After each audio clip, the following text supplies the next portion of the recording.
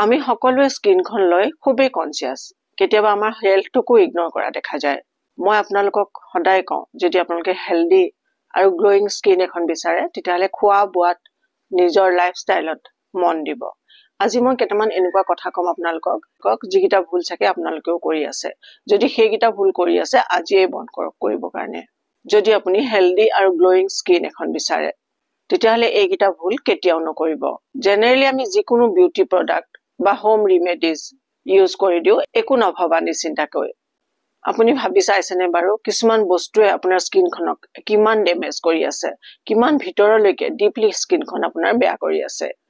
expired বা লো quality product হস্তিয়া আৰু কোৱালিটি প্ৰডাক্ট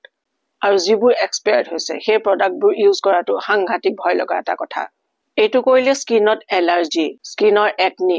বা বয়সৰ আগতে স্কিনত ৰিংকল পৰা এইবোৰ প্ৰবলেম হ'ব পাৰে কিবা এটা বস্তু যেতিয়া আপুনি কিনিব মাৰ্কেটৰ পৰা কিনি আনিব ইনগ্ৰেডিয়েন্টস চেক কৰিব